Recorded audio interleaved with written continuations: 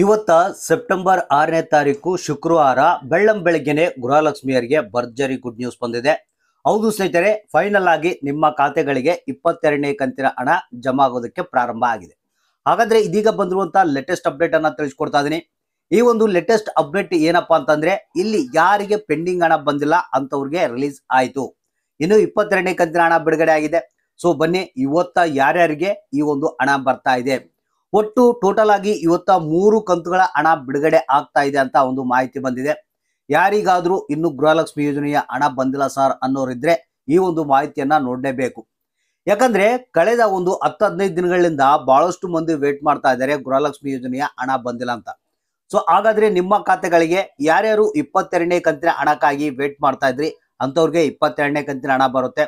ಜೊತೆಗೆ ಯಾರಿಗಾದ್ರೂ 20 ಮತ್ತೆ 21ನೇ ಕಂತಿನ ಹಣ ಬಂದಿಲ್ಲ ಅಂದ್ರೆ ಅಂತವ್ರಿಗೆ ಕೂಡ ಹಣ ಬಿಡುಗಡೆ ಆಗ್ತಾ ಇದೆ.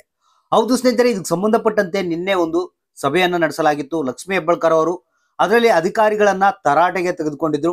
ಯಾಕೆ ಗೃಹಲಕ್ಷ್ಮಿ ಯೋಜನೆಯ ಹಣ ಸರಿಯಾದ ರೀತಿಯಲ್ಲಿ ಇನ್ನು ಜನರಿಗೆ ಬಿಡುಗಡೆ ಆಗಿಲ್ಲ, ಇಮಿಡಿಯೇಟ್ ಆಗಿ ಯಾವುದೇ ಕಾರಣಕ್ಕೂ ಪೆಂಡಿಂಗ್ ಇರಬಾರ್ದು, 21ನೇ ಕಂತಿನ ಹಣ ಯಾರಿಗಾದ್ರೂ ಹೋಗಿಲ್ಲ ಅಂದ್ರೆ ಅವರ ಖಾತೆಗಳಿಗೆ ಇಮಿಡಿಯೇಟ್ ಆಗಿ ಜಮಾ ಮಾಡ್ಬೇಕಂತೇಳಿ ನಿನ್ನೆ ತರಾಟೆಗೆ ತೆಗೆದುಕೊಂಡಿದ್ರು. ಸೊ ಅದ್ರ ಜೊತೆಗೆ ಇಲ್ಲಿ ಯಾವುದೇ ಕಾರಣಕ್ಕೂ ಇವತ್ತ ಹಣ ನಿಲ್ಬಾರ್ದು, 21ನೇ ಕಂತಿನ ಹಣ ಆಗಿರ್ಬೋದು ಮತ್ತೆ ಪೆಂಡಿಂಗ್ ಯಾವುದೇ ಕಾರಣಕ್ಕೂ ಹಣ ನಿಂತಿದ್ರೆ ಅದನ್ನ ರಿಲೀಸ್ ಮಾಡಿಬಿಡ್ಬೇಕಂತ ಹೇಳಿದ್ದಾರೆ. ಅಂದ್ರೆ ಯಾವುದೇ ಪ್ರಾಬ್ಲಮ್ ಇತ್ತಂದ್ರೂ ಇಮಿಡಿಯೇಟ್ ಆಗಿ ಅದನ್ನ ಸಾಲ್ವ್ ಮಾಡಿ ಆ ಒಂದು ಹಣವನ್ನ ಬಿಡುಗಡೆ ಮಾಡ್ಬೇಕಂತ ಹೇಳಿದ್ದಾರೆ. ಸೊ ಹಾಗಾದ್ರೆ ಇವತ್ತ ಯಾವ್ಯಾವ ಜಿಲ್ಲೆಗಳಿಗೆ, ಎಷ್ಟು ಜಿಲ್ಲೆಗಳಿಗೆ ಯಾವ್ಯಾವ ಕಂತುಗಳ ಹಣ ಬರ್ತಾ ಇದೆ, ಯಾರ್ಯಾರು ಎಷ್ಟೆಷ್ಟು ಹಣವನ್ನ ಪಡಿತಾ ಇದ್ದಾರೆ ಅನ್ನೋದ್ರ ಬಗ್ಗೆ ಇವತ್ತಿನ ಒಂದು ಹೊಸ ಅಪ್ಡೇಟ್ ನಲ್ಲಿ ಮಾಹಿತಿಯನ್ನು ತಿಳಿಸ್ಕೊಡ್ತಾ ಇದೀನಿ.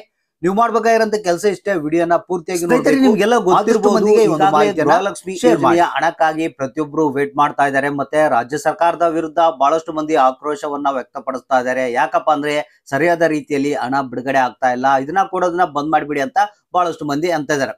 ಸೊ ಇಲ್ಲಿ ಇದೀಗ ಬಂದಿರುವಂತಹ ಒಂದು ಹೊಸ ಅಪ್ಡೇಟ್ ಪ್ರಕಾರ ಇವತ್ತ ಗೃಹಲಕ್ಷ್ಮಿಯರ ಖಾತೆಗೆ 21ನೇ ಕಂತಿನ ಹಣ, 20ನೇ ಕಂತಿನ ಹಣ ಜೊತೆಗೆ 22ನೇ ಕಂತಿನ ಹಣ, ಯಾವುದೇ ಒಂದು ಕಂತಿನ ಹಣ ಪೆಂಡಿಂಗ್ ಇತ್ತಪ್ಪ ಅಂತಂದ್ರೆ ರಿಲೀಸ್ ಆಗ್ತಾ ಇದೆ. ಮೊದಲನೇದಾಗಿ ಪೆಂಡಿಂಗ್ ಹಣದ ಬಗ್ಗೆ ಮಾಹಿತಿಯನ್ನು ನೋಡೋಣ. ಇಲ್ಲಿ 21ನೇ ಕಂತಿನ ಹಣ ಇವತ್ತ ಸಂಪೂರ್ಣವಾಗಿ ಬಿಡುಗಡೆ ಆಗುತ್ತಂತೆ. ಯಾಕಂದ್ರೆ ನಿನ್ನೆ ನಡೆದಂತ ಸಭೆಯಲ್ಲಿ ಈ ರೀತಿಯಾದಂತಹ ಒಂದು ಅಪ್ಡೇಟ್ ಬಂದಿರುವಂತದ್ದು. ಲಕ್ಷ್ಮೀ ಹೆಬ್ಬಾಳ್ಕರ್ ಅವರು ಹೇಳಿರುವ ರೀತಿಯಾಗಿ ಯಾವುದೇ ಕಾರಣಕ್ಕೂ ಪೆಂಡಿಂಗ್ ಹಣ ಬಾಕಿ ಉಳಿಬಾರ್ದು, ಸೊ ಅದನ್ನ ರಿಲೀಸ್ ಮಾಡ್ಬೇಕಂತ ಹೇಳಿದ್ದಾರೆ. ಏನೇ ಪ್ರಾಬ್ಲಮ್ ಇತ್ತಂದ್ರೂ ಸಾಲ್ವ್ ಮಾಡಿ ಅಂತ ಹೇಳಿದ್ದಾರೆ.